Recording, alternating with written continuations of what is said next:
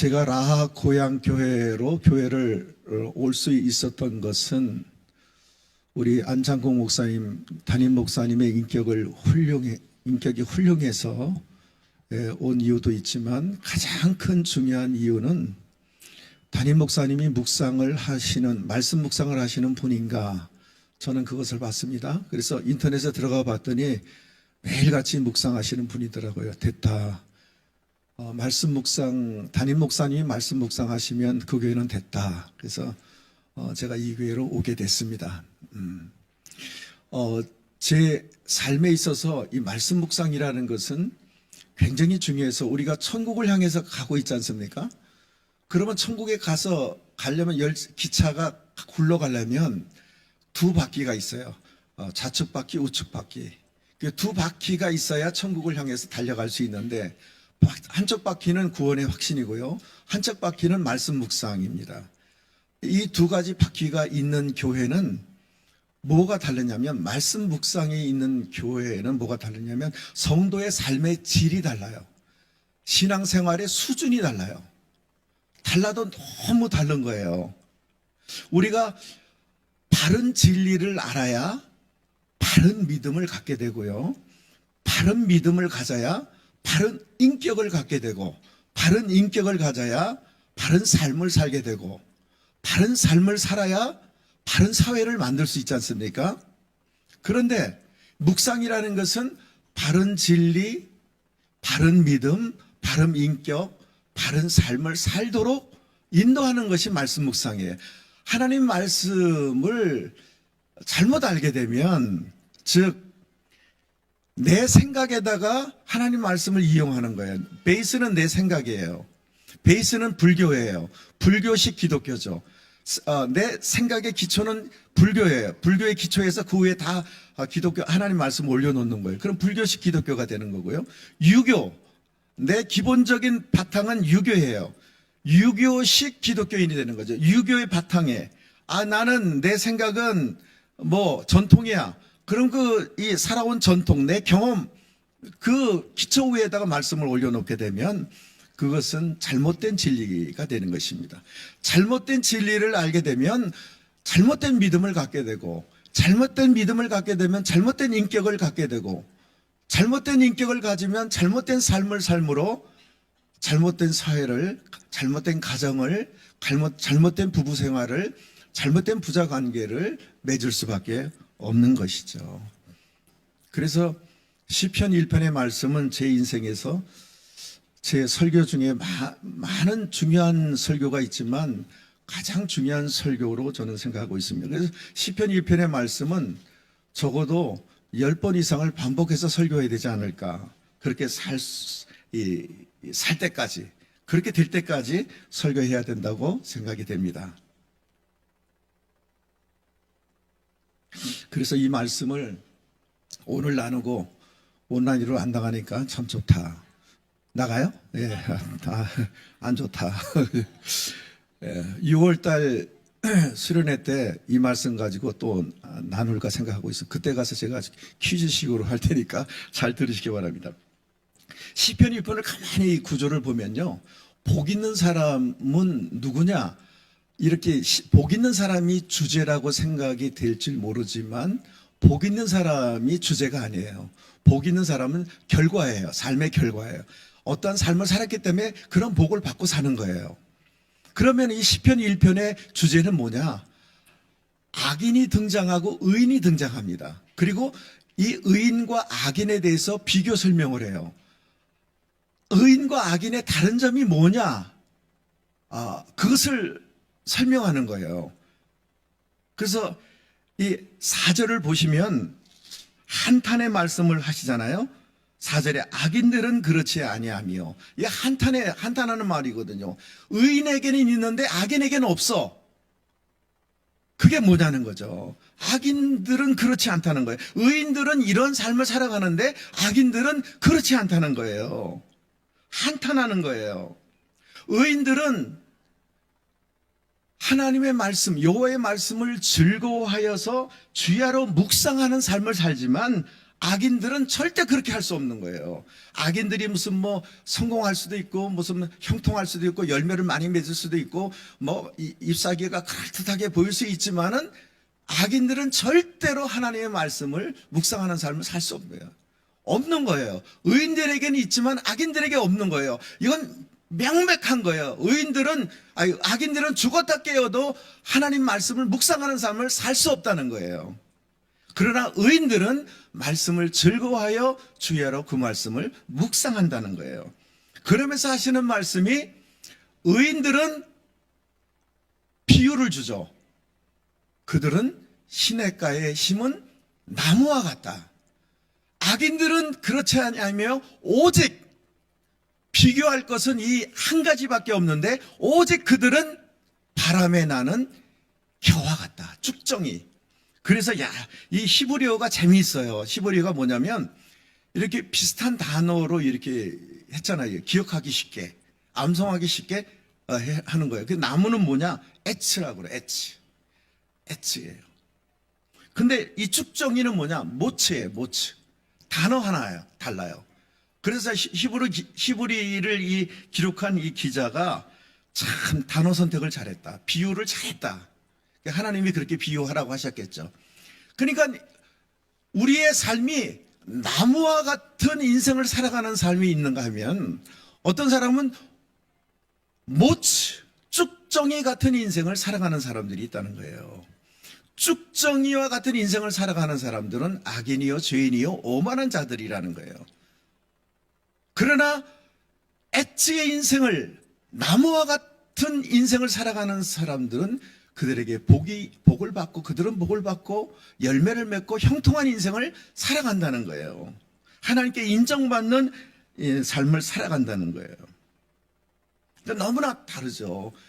여러분 모츠 쭉정이는 어떻습니까? 쭉정이는 안에 아무것도 없어요. 마지막에 주님이 이제 심판담에 쓸 때 이제 그 나무 열매, 벼이삭이죠. 벼이삭, 모츠가 벼이삭이니까. 그 속에 뭐가 좀 알맹이가 들어있을까 해서 한번 씹어보면요.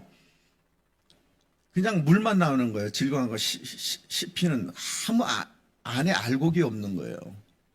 그냥 쭉정이인 거예요. 쭉정이 신앙생활을 해온 거예요.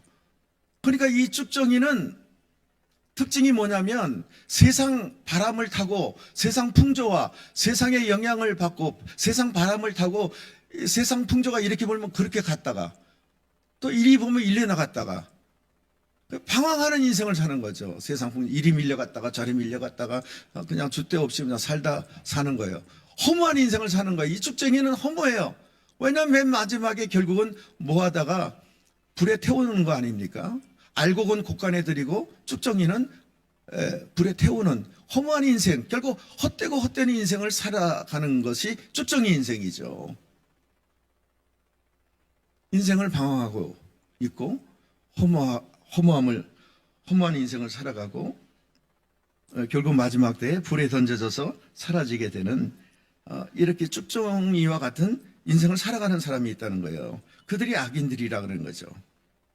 그런데 1절에 보니까 악인들의 꾀, 죄인들의 길, 오만한 자들의 자리에 앉지 말아라. 이 악인들의 꾀가 나와요. 이 꾀가. 하나님은 무엇을 우리에게 악하다고 하시면 우리는 사람들에게 짓는 죄가 있는가 하면 하나님과의 관계에서 짓는 죄가 있어요. 그래서 하나님에 대한 죄에 대해서 하나님 우리를 악하다고 하시는데 뭘 악하다고 하시느냐? 아니 하나님 나 한 번도 사람 속인 적이 없고 죄 진 적이 없고 뭐 불의를 범한 적도 없고 도둑질한 적이 없는데 왜 제가 뭐 악합니까? 제가 보이스피싱도 아닌데 제가 보이스피싱을 해본 적도 없고 그들이 악한 사람이지 제가 무슨 악합니까? 아니에요. 하나님과의 관계에서 하나님께 대한 그 악함이 뭐냐? 자기가 하나님 되어서 사는 거예요. 하나님 자리에 앉아서 자기가 주인 되어서 살아가는 인생을 향해서 그 사람을 향해서 너는 악한 자다. 너는 죄인이다. 너는 오만하다. 바로처럼 마음이 강박하다. 다 같은 사람들이에요. 악인들, 죄인들. 그래서 이 악인들의 꾀라는 것은 이 사단의 꾀죠. 사단이 어떤 꾀를 얘기해? 네가 그것을 먹으면 너 하나님 되어서 네가 주인이 행세할 수 있다는 거죠. 이게 사단의 꾀예요. 이 사단의 꾀는 하나님의 음성을 듣지 아니하는 태도에 나오는, 그 태도에서 나오는 모든 생각들이 이 악인들의 꾀인 것입니다. 하나님의 음성을 듣고자 하지 않아요. 그런 태도를 가지고 살아요. 뭐가 하나님의 음성이야, 뭐가 하나님 말씀이야, 내 식대로 살아가지. 그런 태도에서 나오는 모든 생각들이 이게 악인들의 꾀라는 것입니다. 자기가 주인이 되어서 생각해내면서 자기가 생각해내고 자기가 계획한 모든 이런 생각들이 꾀라는 것입니다. 악인들의 꾀라는 거예요. 그러니까 의인들의 삶은 이들과 다르다 하는 것입니다. 의인들의 삶의 특징은 무엇인가? 그 다음에요. 의인들의 삶의 특징은 뭐냐? 2절이에요. 요 한 가지예요. 같이 한번 읽어보겠습니다. 2절 읽어보겠습니다. 시작. 오직 여호와의 율법을 즐거워하여 그의 율법을 주야로 묵상하는도다. 이게 의인들의 삶의 두드러진 특징이에요. 이거 이 한 가지예요. 의인은 어떤 사람들인가? 주인이 바뀐 사람이에요. 삶의 주인이 바뀐 거예요. 하나님 뜻대로 사는 사람들이에요. 의인들의 삶의 기초는 하나님의 음성을 듣고 순종하는 삶이에요. 이게 기초인 것입니다. 오늘 신앙의 기초를 잘 다져야 돼요. 저는 교회에서 새신자가 오면 적어도 6개월 이내에 구원의 확신을 하게 하고 이 하나님 말씀 묵상을 훈련해서 하나님의 뜻을 아는 자로, 하나님의 음성을 듣는 자로 세워야 된다는 거예요. 6개월 이내로. 그렇지 않으면 오늘 우리는 신앙의 기초가 안 다져져서 이게 엉뚱하게 신앙생활을 하게 되는 것입니다. 그래서 노베라 그러죠. 젊은이들 요즘에 노베.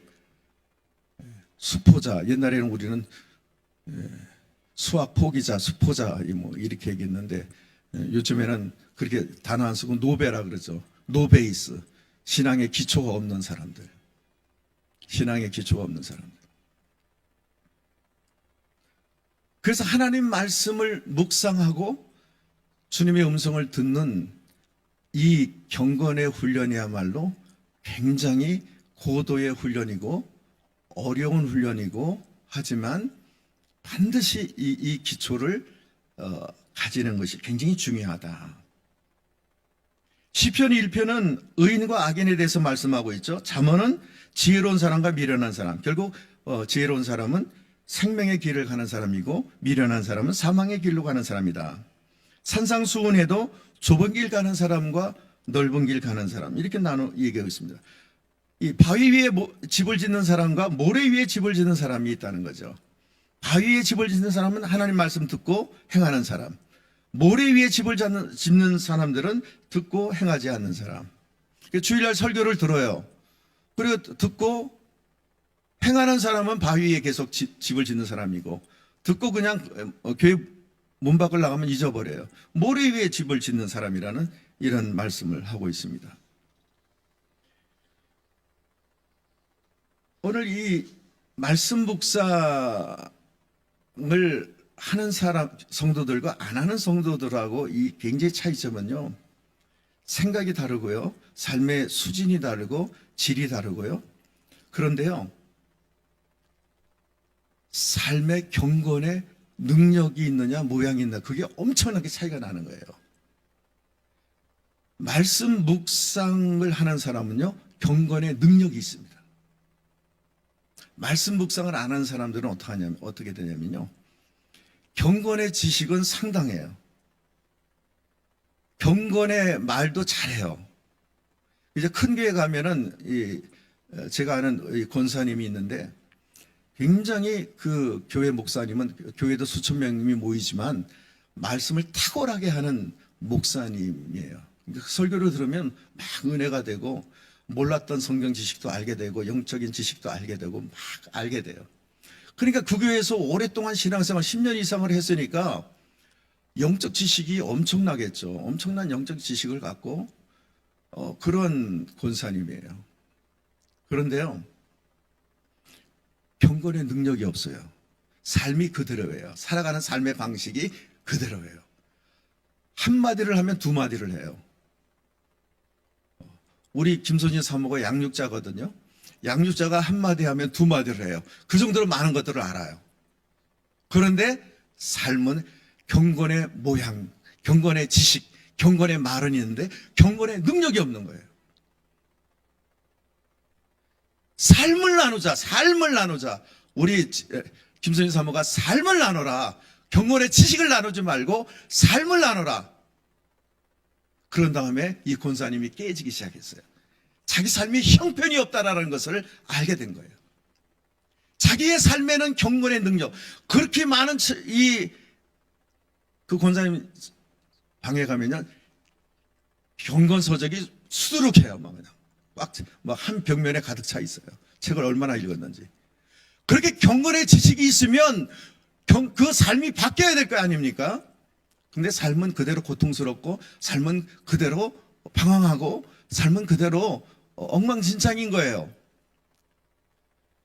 그런데 김선진 사모를 보면 경건의 능력의 삶을 나누는 거예요.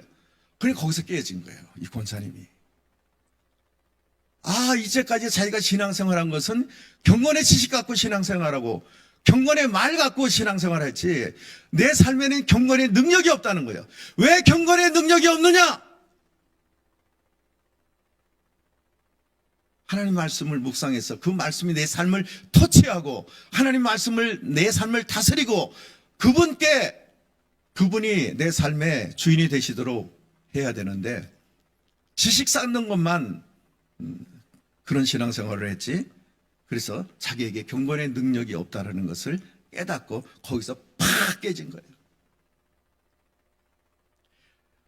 여러분, 말씀 묵상하는 사람에게 주시는 보상, 이건 엄청난 보상이에요. 첫 번째, 복 있는 사람이라고 그랬어요. 말씀을 즐거워하고 그 말씀을 주야로 묵상하는 너희여, 이 너희들아, 너희는 복 있는 사람이다. 이게 뭐냐면 도치법으로 되어 있어요. 이게 행복하도다, 복 있는 행복한 사람이요, 이렇게 되는 거예요. 근데 이 아슈레라는 말, 그 다음에요, 아슈레라는 말이 복이거든요. 근데 대부분 다른 용어를 써요. 보통 소유의 복, 이렇게 구약의 성경에 읽을 때 바라키라는 단어를 쓰거든요. 바라크. 그런데 특별히 두 군데에서 아슈레라는 복을 쓰고 있어요.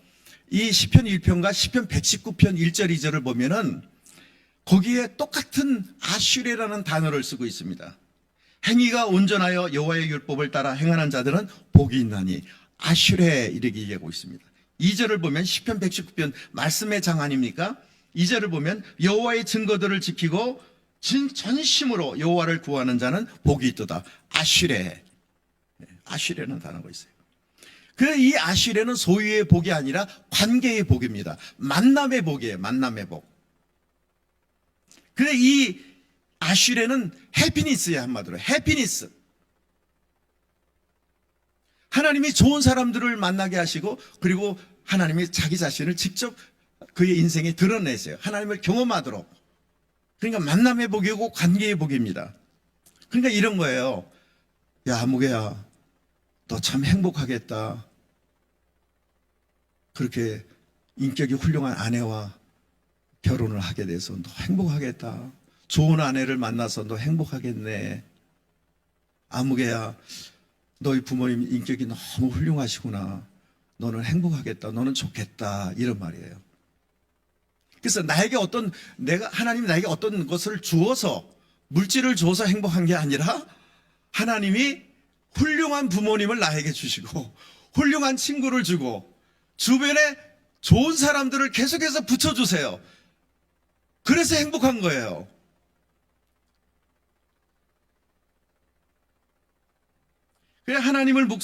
하나님은 이 말씀 묵상하는 사람에게 복 있는 사람이라고 칭찬을 하시는 것입니다.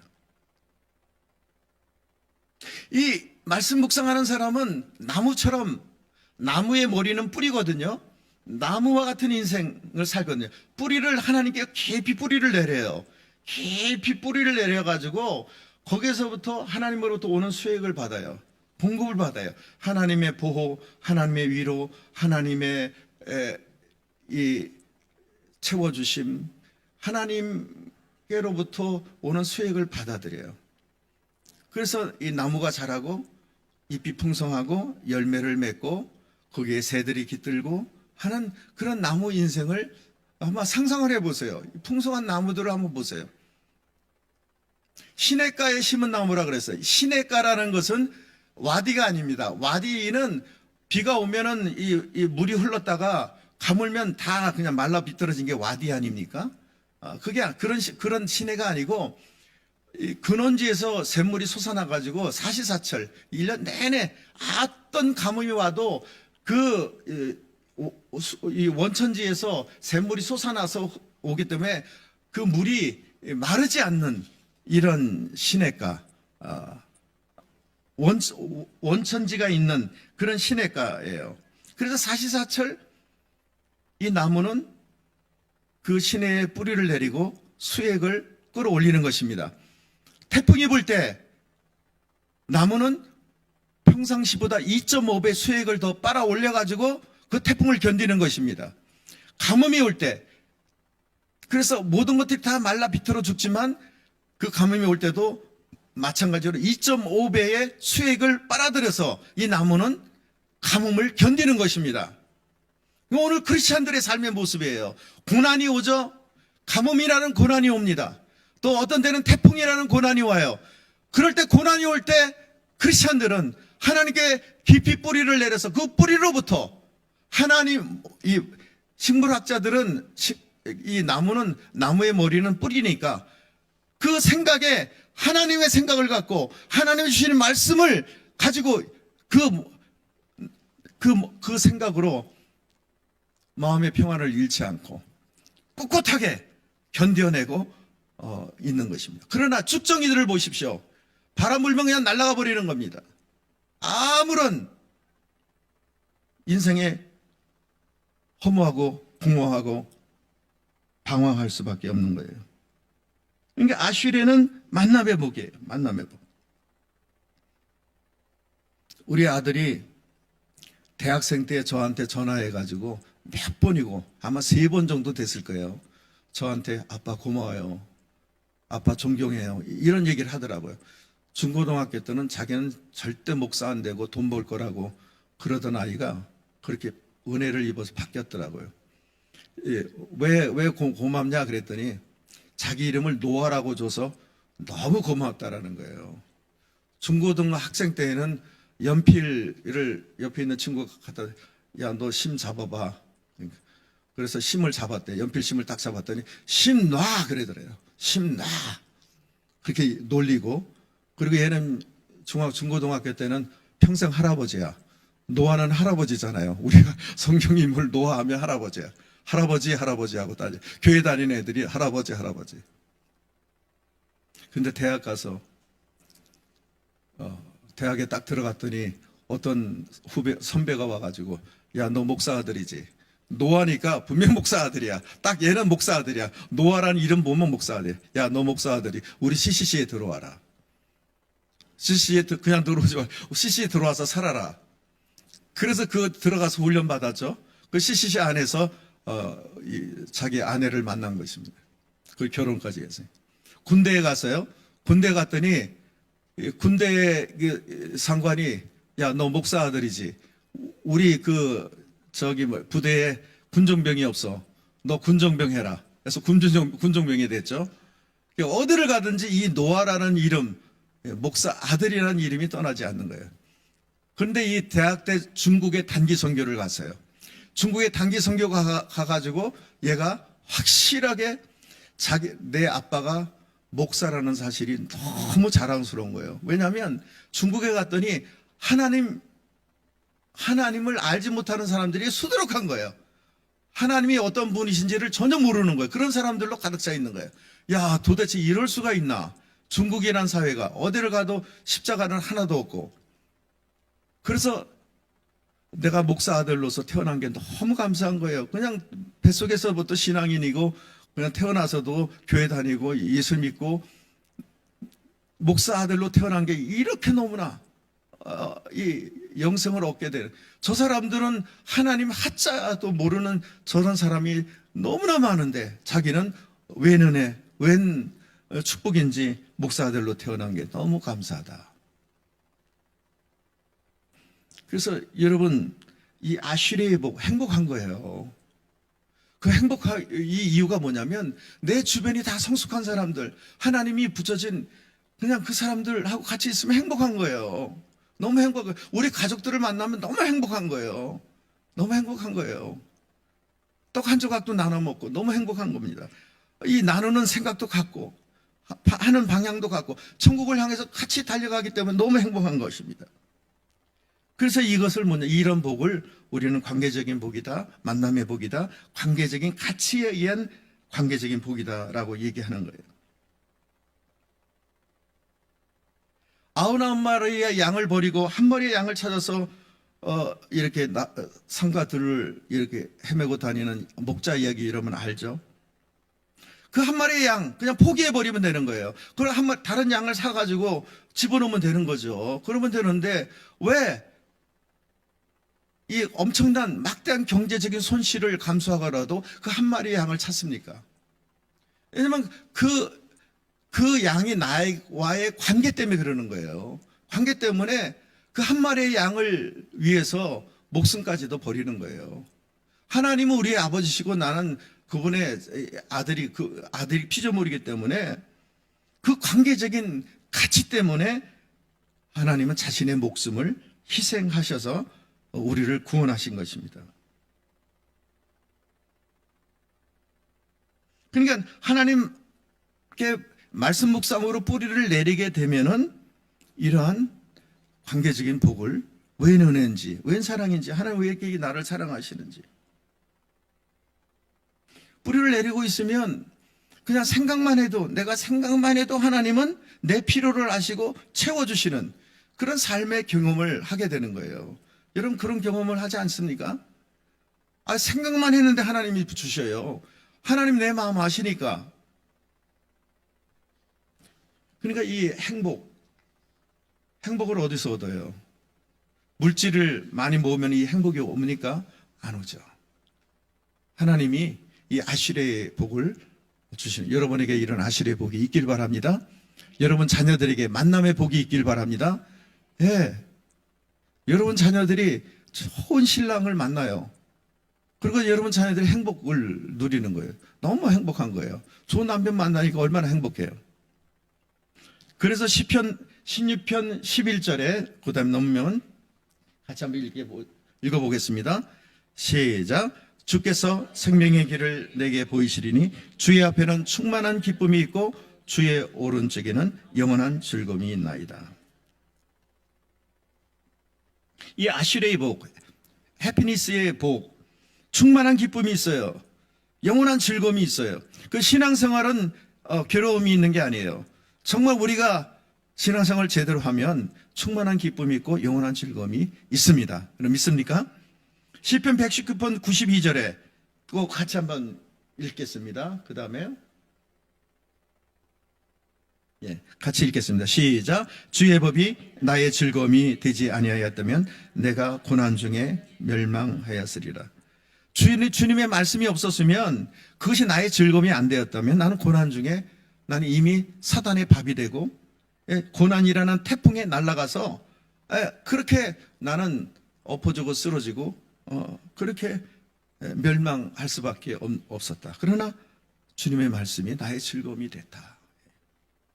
신명기 10장 13절 보시면 같이 읽겠습니다. 시작. 내가 오늘 내 행복을 위하여 내게 명하는 여호와의 명령과 규례를 지킬 것이 아니냐. 왜 행복을 위해서, 우리의 행복을 위해서 말씀을 주셨다. 말씀을 준행하라고 하셨다는 거죠. 그러니까 오늘 말씀 묵상하는 사람의 삶에는 하나님께 믿음의 뿌리를 쭉 내리기 때문에 경건의 능력이 있습니다. 하나님을 경험하게 되는 거예요. 경건의 능력이 있는 거예요. 그 경건의 능력은 삶을 통해서 나타나요. 그 권사님이 김소진 사모의 삶을 나누고 그 삶 속에 하나님이 어떻게 역사하셨는지 삶을 나누는 걸 보고 깨진 거예요. 자기는 이렇게 많은 영적인 지식, 말도 기가 막히게 하는 이 많은 말들 자기가 할 수 있는데, 그러나 자기의 삶은 능력이 없는 거예요. 하나님이 함께 하시고 하나님이 역사하시는 그런 하나님을 경험하는 것들이 없어요. 왜 그럴까? 왜 그럴까? 경건의 모양은 있는데 왜 경건의 능력이 없는가? 그것은 바로 말씀을 묵상하는 삶을 살지 않기 때문에 그렇습니다. 자, 두 번째, 하나님이 주시는 보상이 뭐냐? 열매를 맺는다 그랬어요. 푸른 잎사귀와 열매를 맺는다는 거예요. 그는 시냇가에 심은 나무가 철을 따라 열매를 맺으며 그 잎사귀가 마르지 않은 것 같으니. 늘 푸르는 잎사귀, 뭘 의미할까요? 이것은 그 사람의 인격을 의미합니다. 잎사귀는 그 사람의 인격. 새가 깃드는 나무를 보세요. 새가 찾아오는 나무를 보세요. 잎이 풍성하고 푸르릅니다. 사람들에게 위로와 안식을 주는 사람이에요. 마치 타이어와 같은 사람이에요. 콘크리트와 같은 사람이 있어요. 우리가 이 부두에 배를 접안하려면 부두가 콘크리트죠. 배가 이제 그 부두에 정박하기 위해서 이렇게 됩니다. 배를 대면 만약에 콘크리트 만약에 부두면요, 배가 와서 부서져요. 배도 부서지고 콘크리트도 부서집니다. 어떤 사람은 가서 부딪혀요. 이 세상에는 나에게 와가지고 부딪히는 사람들이 있어요. 시비를 걸고 상처를 주고 부딪혀요. 근데 타이어 같은 사람들은 그 충격들을 다 흡수해내요. 다 그것을 다스려요. 상대가 나를 상처를 준다 할지라도 그 충격을 흡수해버려요. 그걸 이겨내요. 타이어와 같은 사람이죠. 관계를 부드럽게 하는 사람이죠. 그래서 이 푸르는 잎사귀와 같은 사람이에요. 인격이 훌륭하게 되는 거예요. 말씀 묵상하게 되면 우리의 인격이 변화되는 거예요. 또 열매는 무슨 의미냐? 열매는, 나무라는 것은 자기를 위해서 열매를 맺지 않습니다. 나무가 열매를 맺는 목적은 다른 사람을 위해서, 다른 사람을 이롭게 하기 위해서. 그래서 열매를 맺어서 다른 사람을 이롭게 하는 거예요. 다른 사람을 즐겁게 하는 거예요. 다른 사람의 안식을 주는 거예요. 다른 사람을 유익하게 하는 거예요. 그러니까 이로운 사람이 된다는 거예요. 하나님 말씀을 묵상하게 되면 해로운 사람이 아니라 남을 섬기고 베푸는 삶을 살게 되는 이로운 사람이 되는 거예요. 오늘 그리스도인으로서 욕을 먹는 경우가 얼마나 많습니까? 교회 다니는데 욕을 먹는 사람들이 많아요. 물론 한두 사람 때문에 전체가 다 그렇게 되긴 하지만, 그래서 제가 얘기했잖아요. 저는 세상에 나가서 세상 사람들과 만날 때는 절대로 욕은 먹지 말자. 아주 그냥 목사님이라는 이런 존경커녕은 요새 목사 알기를 너무, 목사라면 더 무시하고, 목사라면 더 깔보고, 목사라는 이 직업이 얼마나 명예가 떨어졌는지요. 그래서 저는 욕이나 먹지 말자. 아주 이 작은 목표를 두고 삽니다. 그것은 이기적인 사람이 되지 말자. 인색한 사람이 되지 말자. 철저히 섬기는 자가 되자. 그래서 저희 동호회에서 탁구보인 가지고 이게 음료수 마신 종이들 늘어져 있고 막 병이 나부러져 있고 막 그래요. 그럼 회장인 제가 다 치웁니다.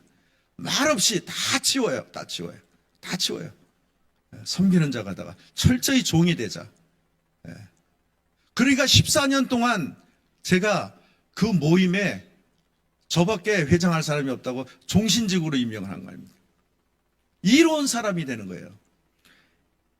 그런 열매를 맺게 되는 거예요. 성숙한 사람이 되는 겁니다. 새들이 오는, 사람들이 오는 그러한 그런 늘 푸르르고 그러한 이로운 사람으로서 열매를 맺게 된다는 거예요. 세 번째, 그가 하는 모든 일이 다 형통하리로다. 형통하게 된다. 그러니까 오늘 말씀 묵상하는 삶에 있어서 경건의 능력이 나타나는데 세 가지 능력이 나타나는 거예요. 그 사람의 삶이 점점 행복해지는 거예요. 아슈레이 복. 그 사람 보니까 막 신기하네. 이번에 제가 고양시가 제일 늦게 보조금이 나왔어요. 전기차 제가 5천만 원 가까이 되는 전기차를 제가 구입했잖아요. 그런데 그 대리점 그 팀장이 그걸 구입하면서 제가 고양시 1호로 그 차에 보조금을 받았어요. 그런데 그 팀장이 하는 얘기가 2번씩이나 신기하다, 신기하다. 사장님 차가 이렇게 순조롭게 이렇게 나온 경우가 없는데 어쩐 일입니까? 그러더라고요. 그래서 다 하나님이 역사하셨지. 하나님이지. 하나님이 함께 하시니까. 그래서 왜 그렇습니까? 그랬더니 아니 보조금이 다른 사람보다 이렇게 월등하게 더 많아졌다는 거예요. 그래서 뭐가 더 많아졌느냐? 그랬더니 그 택배하는 차에게 주는 보조금 115만 원이 나왔다는 거예요. 그래요? 그러더니 얼마 안 있다가 또 전화가 왔어요. 택배하는 차 계약서가 없으면 안 된다고 또 연락이 왔다는 거예요. 그래요? 그럼 115만 원 빼세요. 그랬더니 또 다시 또 전화가 왔어요. 아유, 다른 시에는 준 데도 있고 안 준 데도 있어가지고 고양시가 골치 아파서 주무관이 고양시는 주기로 결정했습니다. 그거 주는 거예요. 차를 파는 과정에서도 세 사람을 만났는데 다 이 차가 500만 원 주겠대요. 내수에는. 근데 어느 날 주님이 러시아인을 붙여줘가지고 500만 원을 더 받게 하셨어요. 1020만 원을 받게 하셨어요. 500만 원을 더 하나님이 주시는 거예요. 근데 이 일들이 이 사람이 하는 일이 같지가 않아요. 하나님이 함께 하시는 것을 경험하게 되는 것이죠. 그러니까 하나님이 주시는 해피니스, 관계를 통해서 누리는 이러한 천국을 경험하게 되는 거죠. 그리고 열매를 맺는 거예요. 말씀 묵상하니까 자꾸 인격이 성숙해져 가고 내 주변 사람도 하나님이 내가 성숙한 만큼 그러한 성숙한 사람들을 붙여주시고 그러니까 행복한 거예요. 잎사귀가 푸르르고 그리고 열매를 맺는 이로운 사람으로서 이렇게 성숙하게 됨으로 말미암아 열매 맺는 사람이 되는 거죠. 그리고 세 번째, 형통하게 된다는 거예요. 형통이다. 이 형통이란 말은 성경에 나오는 형통은 내가 원하는 대로 다 이루어지는 세상적인 성공이 아닙니다. 이 성경이 말하는 형통이라는 것은 하나님 뜻대로 되어지는 게 형통이에요. 그러면 선교지에 가가지고 선교사님이 1년도 안 돼서 거기서 순교를 했어요. 아우 저 불행한 사람 어떻게 어쩌다 저렇게 됐어. 아니에요. 그 사람은 성경적인 이런 시각으로 볼 때 어떤 해석을 해야 되느냐. 그는 형통한 사람이다. 하나님의 뜻을 이루고 하나님 나라에 간 사람이다. 형통한 사람이네.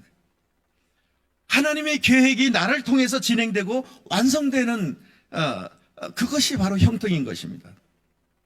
또 형통이라는 것은 성경적인 형통이라는 것은 매사에 하나님이 함께 하시는 거예요. 그게 형통이에요. 나는 일이 잘 되고 성공하는데 하나님이 함께 하시는 게 아니야. 내 노력으로 되어지는 거. 그건 성공일 뿐이에요. 그건 형통이 아니에요.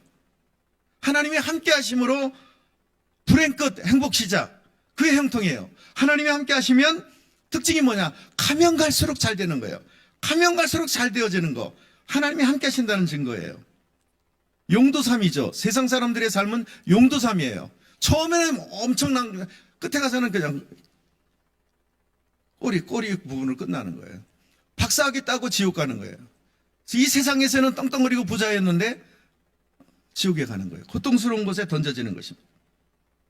세상의 형통은 모두가 다 용두삼이에요. 그 끝은 실패요 저주인 것입니다. 결국 망하게 되는 거예요. 그것도 폭망하게 되는 거예요. 결국은 지옥에 가게 되는 거예요.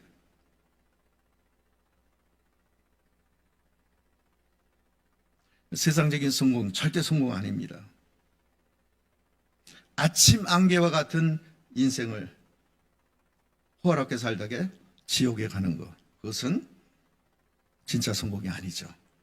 하나님이 함께 하시면 하나님의 형통은 가면 갈수록 잘 되는 거예요. 가면 갈수록 멋진 사람이 되고 가면 갈수록 행복한 사람이 되고 가면 갈수록 행복한 가정을 이루게 되는 것입니다. 그래서 묵상하는 사람들에게는 이런 하나님이 함께 하시는 형통이 있다니까요. 가면 갈수록 아름다워지고 천국의 삶을 누리게 되는 거죠. 마음 천국, 가정 천국, 실제 천국으로 향하게 되는 것입니다. 오늘 여기에 보면은 6절을 보시면은 어떻게 결론을 내리고 있는가 보십시오. 악인들과 죄인들이에요. 자, 6절을 한번 읽겠습니다. 6절을 시작. 무릇 의인들의 길은 여호와께서 인정하시나 악인들의 길은 망하리로다. 그러니까 이게 악인들의 끝은 마지막은 망하는 거예요. 폭망이에요. 망이에요. 그런데 의인들의 삶은 복이에요. 복의 반대말은 망이에요. 이 의인들의 이 마지막은 해피니스로 끝나는 거예요. 아슈레. 그러나 악인들의 마지막은 망하리로다. 망이에요, 망. 망의 반대말은 복이고 복의 반대말은 망인 것입니다. 그런데 여기에 6절에 재미난 단어가 나와요. 무릇 의인의 길은 여호와께서 복을 주시나 이렇게 해야 되는데 인정하시나 그러는 거예요. 인정의 반대말이 망이라는 거예요. 악인들의 길은 망하리로다. 인정하다는 말은 뭐냐면 하나님 제가 이렇게 이 길로 갈게요. 하나님 동의해 주세요.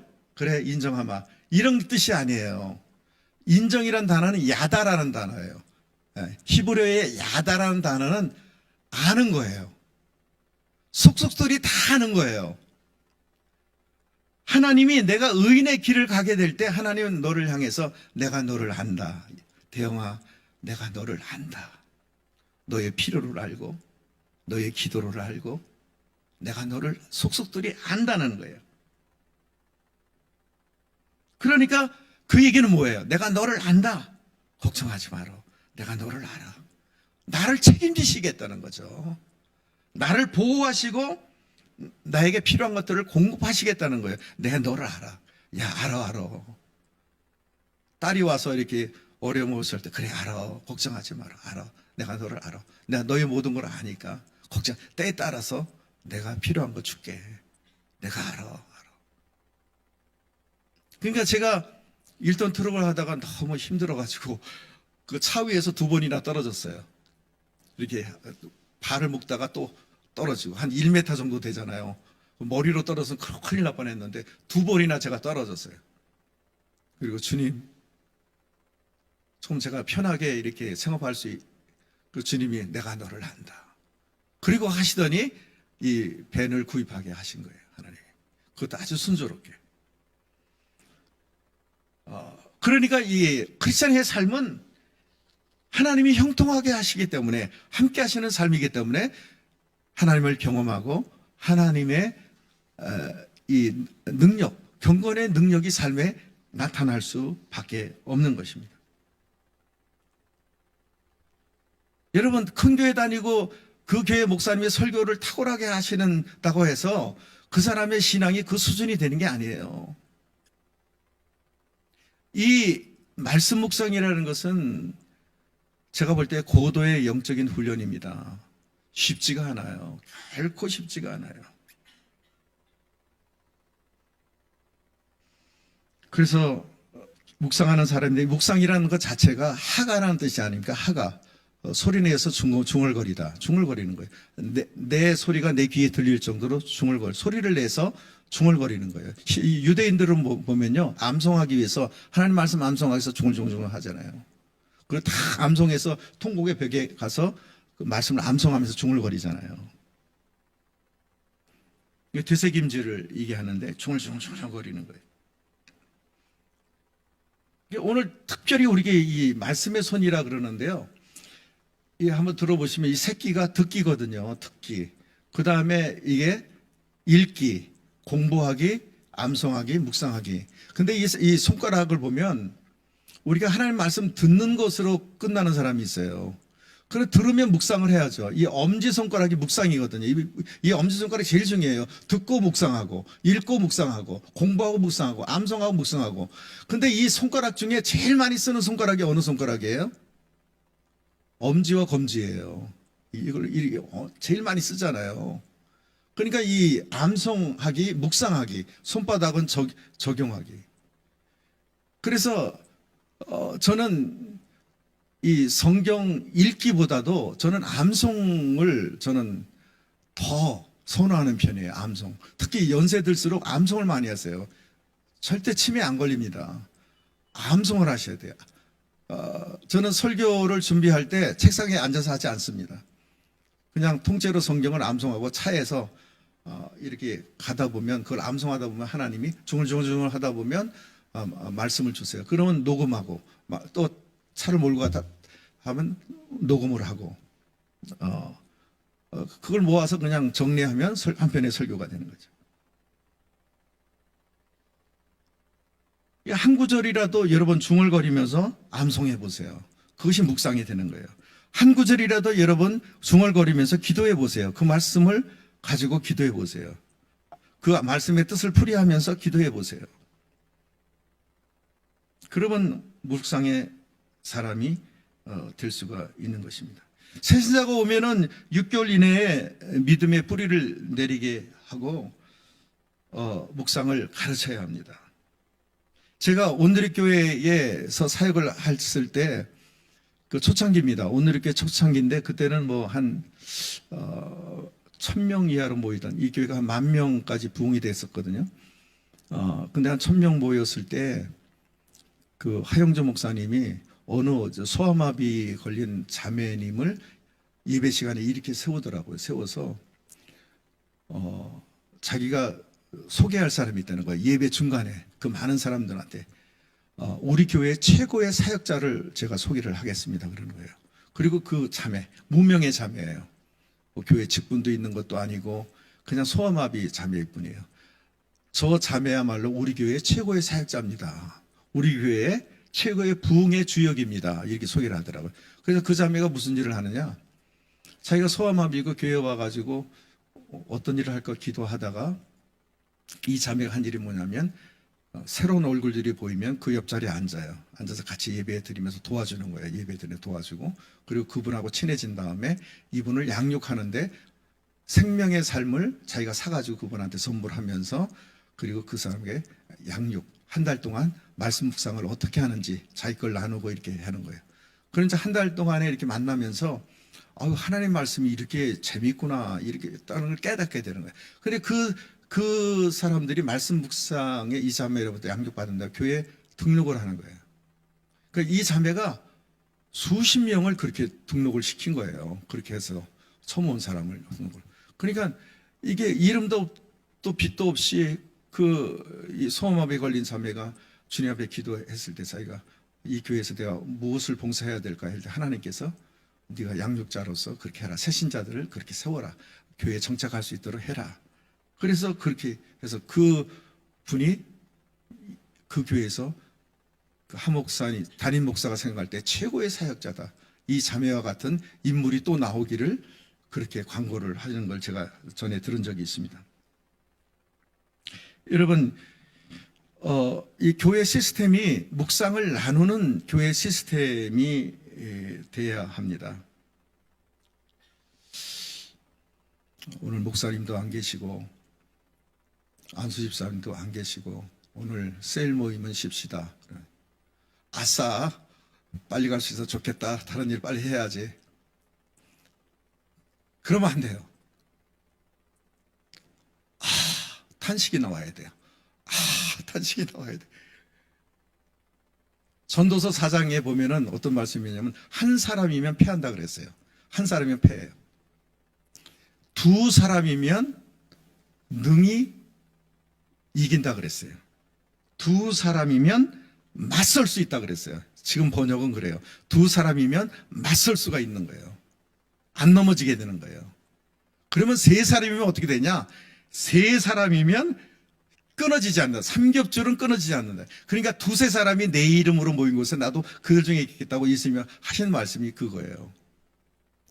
그게 저는 제자 훈련할 때, 전에 청년들을 훈련할 때 세일 모임 하면은 이 제자 훈련인 게 딴 게 아니고 점검하고 나누고 모본을 보이고 이 위로하고 격려하고 책망하고 그런 과정이거든요. 그럼 딱 오면은 이번 주에 몇 번 큐티했습니까? 물어봐요. 그러면 안 한 사람도 있고 한 번 한 사람도 있고 세 번 한 사람도 있고 전부 다 한 사람도 있고 있어요. 그럼 어떤 현상이, 제가 점검하면 어떤 현상이 벌어지냐면 한 번도 안 한 사람이 그 다음 주에도 안 하고 가면요, 그 모임이 싫어지는 거예요. 이 사람은 그 모임에서 안 나와요. 근데 저는 그것도 감안하면서 이제 계속 점검하죠. 그렇게 되면 어떻게 되느냐? 나중에 어떻게 되느냐? 교회 안에서 이 큐티를 하고 말씀 묵상한 사람들은 변화가 일어나요. 그 삶의 간증들이 자꾸 생겨나요. 그러면 나중에 안 하던 사람들이 들어오게 돼요. 그런 현상이 일어나는 거예요. 그래서 제가 떠났는데, 지도자가 떠났는데도 지금도 리더가 세워서 청년들이 예배 끝나면 5-6명, 6-7명씩 모여가지고 묵상을 지금도 나누고 있는 거예요. 나누고 있는데. 그래서 이 점검을 하게 되면 어떻게 되냐? 안 하던 사람도 일주일에 한 번은 하게 돼요. 나누기 위해서. 그러니까 점검을 해야 돼요. 점검을. 철저하게 점검. 이게 교회 시스템이죠. 시스템. 그렇게 되는 거예요. 한 주에 한 번도 하기 싫은 사람은 그 모임에 안 나오게 되는 거죠. 그럼 어쩔 수가 없는 거죠. 그러나, 이 점검을 통해서 한 번 하던 사람이 3사람. 그러니까 한 번 하게 되면, 한 번도 안 하게 되면 그의 삶이 어떻게 되냐면요. 예수 믿는데 갈등이 있어요. 예수 믿는데 고통이 있어요. 예수 믿는데 자꾸 문제가 생겨요. 이게 한 번도 안 한 사람들의 삶의 모습이에요. 한번 들어가 보세요. 일주일에 한 번 한 사람들은 그냥 평범한 삶을 살아요. 신앙생활 하는데 그냥 평범하게 신앙생활해요. 근데 3번 이상 한 사람들의 삶을 조사해보세요. 저는 다 조사해봤어요. 청년들을 다 연구하고 조사해봐요. 3번 이상 한 이 청년들의 이 삶을 보면요. 오늘 시편 1편의 역사가 경건의 능력이 있다니까요. 아슈레의 복이, 해피니스의 복이 그 삶에 임하고 열매를 맺히고 형통한 삶을 살게 되는 것을 저는 보게 되는 거예요. 보게 되는 거예요. 그래서 제가 지난주에 가져왔던 쿠키 그 자매 같은 경우에도 그 자매는 직장 생활도 제대로 못하고 너무 느리기 때문에 그래서 그런 자매예요. 그런데 큐티의 훈련을 받고 난 다음에 이제는 사장이 됐잖아요. 어떻게 그 자매가 사장이 빵집 사장이 되리라고 누가 생각해요? 그 나이에. 하나님이 행하시는. 그래서 김선진 사모가 글을 적었어요. 성실과 진실은 누구도 못 당한다. 그 자매가 삶이 말씀 묵상을 통해서 성실과 진실 아니에요. 그러니까 사람들이 인정해 주는 것이죠. 그래서 오늘 어떻게 됐든 간에 교회 시스템이 오늘 말씀 묵상의 관건이다. 교회 시스템이 둘이 모여도 나눈다. 둘이 모여도 나눈다. 2사람이면 맞설 수 있으니까.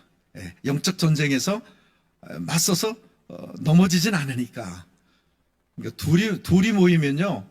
1대1이 되기 때문에 너무나 큰 역사가 일어나요. 1대1로 만나면 너무 깊이 있는 그 기도 제목이 나오는 거예요. 그 제목 갖고 붙잡으니까 역사가 일어나는 거. 오히려 여러 사람 모일 때보다 1대1로 만나서 삶을 나눌 때 더 역사가 있는 것을 보게 되는 거예요. 1대1 양육이 엄청난 역사가 있습니다. 그러니까 오늘 교회 시스템이 2명이 남아도 세일 모임을 하라. 이게 제 설교의 결론이에요. 오늘 결론이에요. 교회는 그걸로 달려 있는 것입니다. 내 인생을 올인할 수 있는 말씀의 공동체가 있어야 합니다. 오늘 행복한 복이 임하고 열매를 맺고 형통한 삶을 사시는 저와 여러분들이 되시기를 간절히 축원합니다. 기도하겠습니다. 한번 통성으로 우리가 기도하도록 하겠습니다. 주님, 말씀 묵상 결코 쉽지가 않습니다. 그러나 말씀 묵상을 하게 되면 오늘 아슈레의 복이 임하고 열매를 맺게 되고 형통한 삶을 살게 된다. 즉 신약 성경에서 말하는 경건의 능력을 갖게 된다. 경건의 능력을 나타내고 증거하는 그런 크리스찬의 삶을 살게 된다. 경건의 능력이 나타나는 크리스찬의 삶과 경건의 모양만 가지고 살아가는 크리스찬의 삶의 그 질과 수준은 너무나 차이가 있는 것입니다. 그것이 바로 악인과 의인들의 삶의 가장 중요한 특징이 말씀을 즐거워하는 수준까지 가서 그것을 주야로 묵상하는 도다 그랬습니다. 그것이 의인들의 가장 중요한 특징이라면 오늘 우리는 신앙생활을 여기에 포커스를 맞춰서 이런 의인이 되기 위해서 우리는 노력해야 될 것입니다. 말씀 묵상하는 그리스도인 되게 해주십시오. 암송함으로 말씀을 묵상하는 그리스도인 되게 해주십시오. 우리 한번 통성으로 그러한 교회가 되게 해주십시오. 통성으로 기도하도록 하겠습니다. 기도하십니다. 하나님 아버지 주여, 아버지 하나님, 이 시간은 하나님 말씀을 들었습니다. 아버지 하나님 듣고 흘리는 아버지 것이 아니라 시편 1편의 말씀이 아버지 내 심령에 아버지 주여 새겨지고 아버지의 이 말씀을 붙잡고 아버지 살아갈 수 있는 저희가 되게 하여 주시옵소서. 너는 경건의 모양이 있으나 경건의 능력이 없도다. 아버지 탄식하지 않았습니까? 아버지 악인들은 그렇지 아니하며 악인들의 삶에 어떻게 아버지 하나님께 뿌리를 내리는 아버지 그 믿음의 뿌리를 내리는 아버지 그런 삶을 기대할 수가 있겠습니까? 아버지 오늘 우리는 구원받은 자로서 의인으로서 아버지 시냇가에 심은 나무와 같은 나무 인생을 살아갈 수 있는 애츠의 인생을 살아갈 수 있는 아버지 그러한 아버지 하나님 주여 복된 인생을 살아갈 수 있는 저희가 되게 하여 주시옵소서. 역사하시는 주님을 찬양합니다. 임하시는 주님, 역사하시는 주님 감사합니다. 하나님 아버지, 오늘 주님께서 우리를 마지막 맞이했을 때, 주님의 심판대 앞에 섰을 때 잘했다 충성된 종아 너는 애츠라고 우리에게 명명하시면서 시냇가에 심은 나무의 인생을 살았구나. 아버지 그렇게 칭찬받는 저희가 되게 하시고 모츠의 인생, 쭉정에 있는 그 속에 아무것도 없는 영혼 속에 아무것도 없는 그냥 진물만 나오는 알곡이 되지 아니하고 쭉정이가 돼서 주님 앞에 섰을 때 오늘 얼마나 우리는 탄식하고 우리는 하나님 앞에서 아버지 하나님 정말 인생에 대해서 후회하고 방황하고 허무한 인생을 아버지 우리는 살았다고 얘기해야 되지 않겠습니까? 하나님 아버지 내 인생이 아버지 정말 아직도 시간이 있습니다. 아버지 이 썩어질 육신대로 살지 않냐고. 육신대로 살면 아버지 하나님 말씀과 멀어질 수밖에 없고 그러나 영혼의 소욕대로 산다면 가면 갈수록 주의 말씀이 나의 즐거움이 되고 나의 기쁨이 되고 주님 앞에 행복이 있다고 우리는 고백하며 정말 경건의 능력을 가진 행복을 누리며 주님이 함께 하시는 열매와 형통을 누리는 자로 살게 하여 주시옵소서. 그렇게 하실 주님께 감사드리오며 예수님의 이름으로 간절히 기도하옵나이다. 아멘.